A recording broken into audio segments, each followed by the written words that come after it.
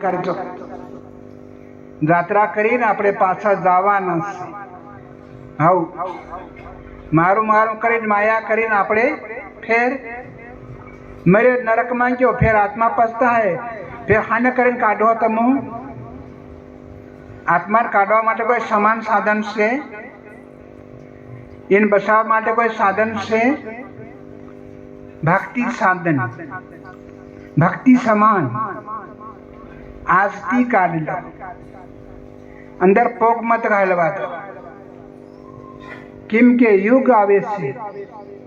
યુગ પ્રમાણે સંતો ભક્તોને ભગવાન પાસે આપણે ભાવના કરવાની છે, ભગવાન પાસે માંગણી કરવાની છે કે હે પ્રભુ हमारे पेर दया कर दो, हमारे पेर कृपा कर दो.